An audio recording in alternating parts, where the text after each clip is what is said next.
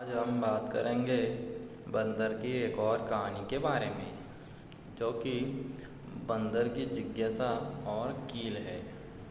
शरारती बंदर और बंदर की टोपी वाले जैसी कहानियाँ भी इसमें काफ़ी मशहूर है।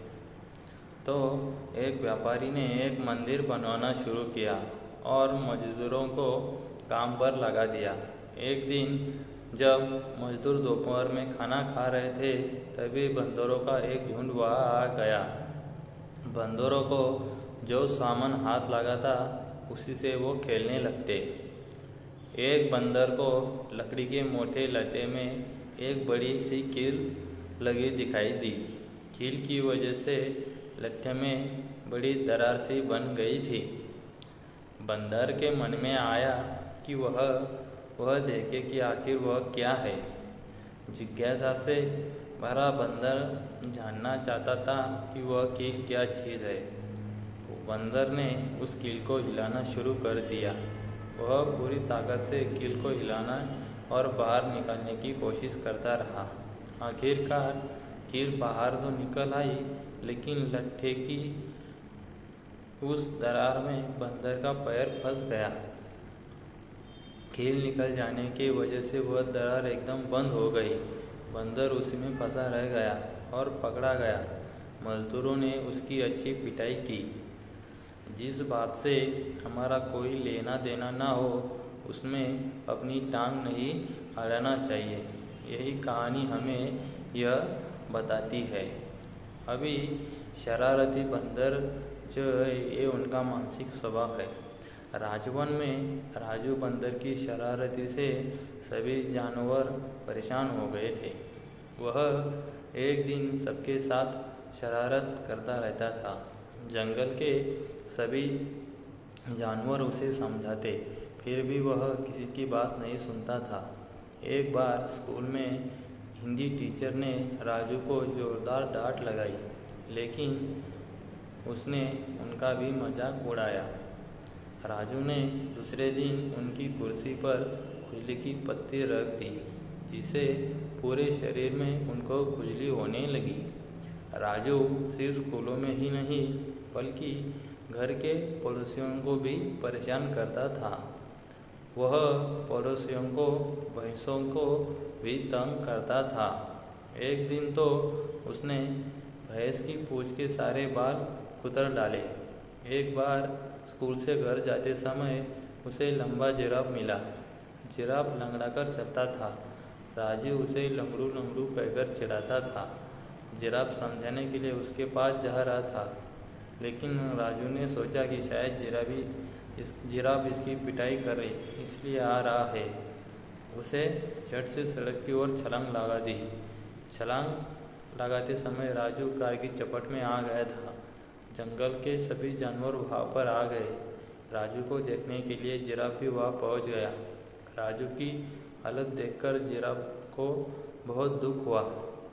उसने सड़क से जा रहे चालक से निवेदन किया कि वह राजू को अस्पताल तक पहुँचा दे। राजू के साथ ही जिराफ भी अस्पताल गया। वहाँ डॉक्टरों ने बताया कि राजू की हड्डी टूट गई है और वह काफ़ी गंभीर है। डॉक्टर ने बोला, राजू को ऑपरेशन करना पड़ेगा। दयालु जिराफ ने ऑपरेशन के लिए अपना खून दिया और भगवान से प्रार्थना की कि राजू जल्द से जल्द ठीक हो जाए। जिराफ ने राजू के घर पर खबर दी। थोड़ी देर में राजू के माता पिता भी वहाँ पहुँच गए। राजू को रात तक होश आया। सबके साथ जिराफ को देखकर वह डर गया। इतने में डॉक्टरों ने उसके पिता को बताया कि आज जिराफ नहीं होता तो राजू का बचना मुश्किल था। डॉक्टरों की बातें सुनकर शरारती राजू की आंखों में आंसू आ गए। राजू ने जिराफ से माफ़ी मांगी और निश्चय किया कि अब वह कभी भी किसी को परेशान नहीं करेगा। तो उसमें एक और हमें ये समय की बात है।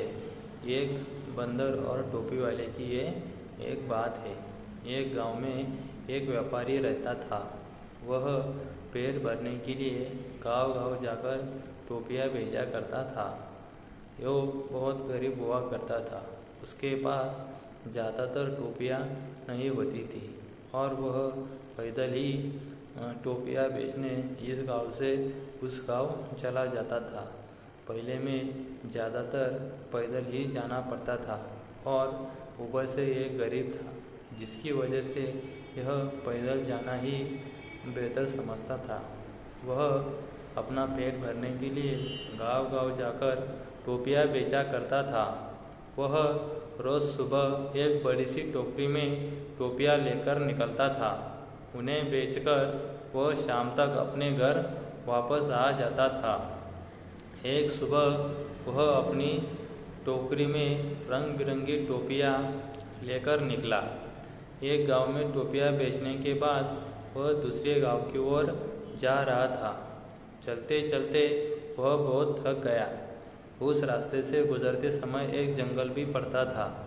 जंगल में उसे एक बरगद का पेड़ दिखाई दिया।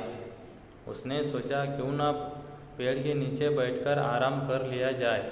व्यापारी बहुत थका था। उसने टोपियों से भरी टोकरी नीचे रख दी, फिर सिर से टोपी उतारकर नीचे रखा और गले में गमछा उतारकर जमीन पर सो गया। उसके बाद उस पेड़ पर बंदर रहते थे। बंदरों ने टोपियों को हाथ में पकड़ लिया और बंदर खुद वहाँ से निकलकर चले गए। उसके बाद जब आदमी ने देखा कि बंदर टोपियाँ लेकर गए, फिर वो बहुत परेशान हो गया। तो उसने एक पत्थर बंदर की तरफ मारा, तो बंदरों ने अपने हाथ से उस पर तेज़ी से पत्थर मारा।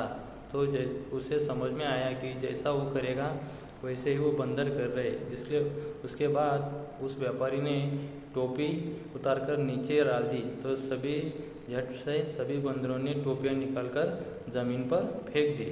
कहानी से सीख, इस कहानी में हमें सीख मिलती है कि परिस्थिति चाहे जैसी भी हो, हमें घबराना नहीं चाहिए, हर हाल में हमें समझदारी से काम लेना चाहिए।